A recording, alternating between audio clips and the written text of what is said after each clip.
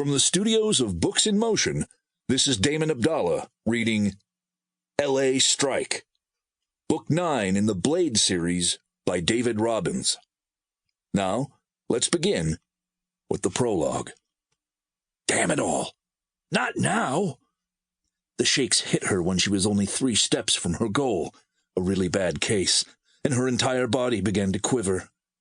The need was so overwhelming that she almost cried out. If she did, she was dead.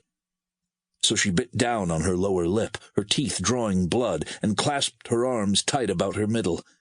"You can do it," she told herself, and leaned against the brick wall for support. Just hang in there. The sounds of traffic wafted up to her on the sluggish, grimy air. She inadvertently glanced down at the ground, 15 stories below, and almost lost her balance. Dizzy, she closed her green eyes and waited patiently for the shakes to subside. Somewhere in the distance, a siren wailed. Gradually, the trembling subsided and the gnawing hunger abated, but she knew it was only a matter of time before the need struck her again. "Move, bitch!" she goaded herself, and hurried to the platform at the top of the fire escape, a 4-foot-wide strip of metal that swayed when she stepped upon it. "Don't let me fall," she mentally pleaded. Not when she was so close. The sooty gray door stood before her. Her nervousness mounting, she gripped the doorknob and licked her dry lips. Please let it be open. She twisted, and to her delight, the knob turned and the door creaked open an inch. Cautious now, she peeked inside the plush corridor with its thick red carpet, ornate overhead lights, and paintings adorning the green walls. One thing was for sure. The bastard knew how to live in style. She listened for sounds, dreading that he might be in his condo and not at his club, but the floor was quiet. Her skin prickling, she eased inside and hastened to his door, the only one on the right-hand side, located in the middle of the corridor. Directly across from his brown door was the red door. She looked at the red paint and barely suppressed an impulse to spit on the panel. The sight filled her with so many memories, and so very few of them were pleasant. How could she have been so stupid? Annoyed, she shook her head to clear her thoughts, her long black hair swaying. Now was not the time for self-recrimination. Now was the time to get her ass in gear before he returned with his spooky bodyguard.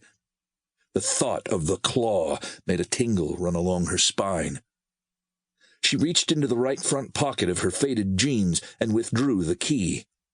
Her fingers quaking, she fumbled at the lock and finally succeeded in inserting the silver key into the narrow slit. 2 seconds later, she stood in the condominium, her heart beating in her chest like a scared rabbit's. Swiping the bastard's key that time and having a duplicate made had been the smartest thing she'd ever done. She thought of the bodyguard again and almost changed her mind.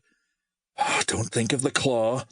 Think about the crack, all that sweet, wonderful crack she'd receive for her trouble. She moved through the spacious, opulent living room to the bedroom on the east side of the condo.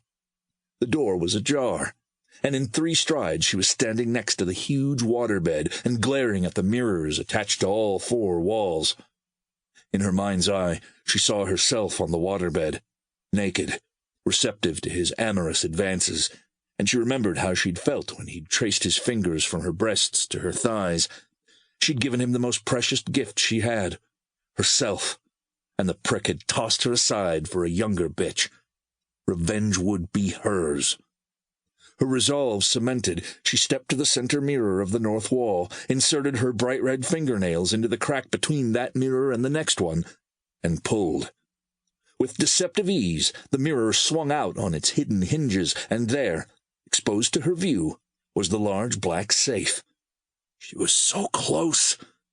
Her left hand slid into her left pocket and extracted the slip of paper containing the combination. Taking a deep breath to compose herself, she began whirling the dial in the proper sequence. First right to 1, then left to 9, then right to 50, then left to 7, and right to 4. Bingo! A loud click signified her success, and she wrenched on the thick handle, tugging the heavy door open to reveal the 3 shelves. Lying on the second shelf were the Sample complete. Ready to continue?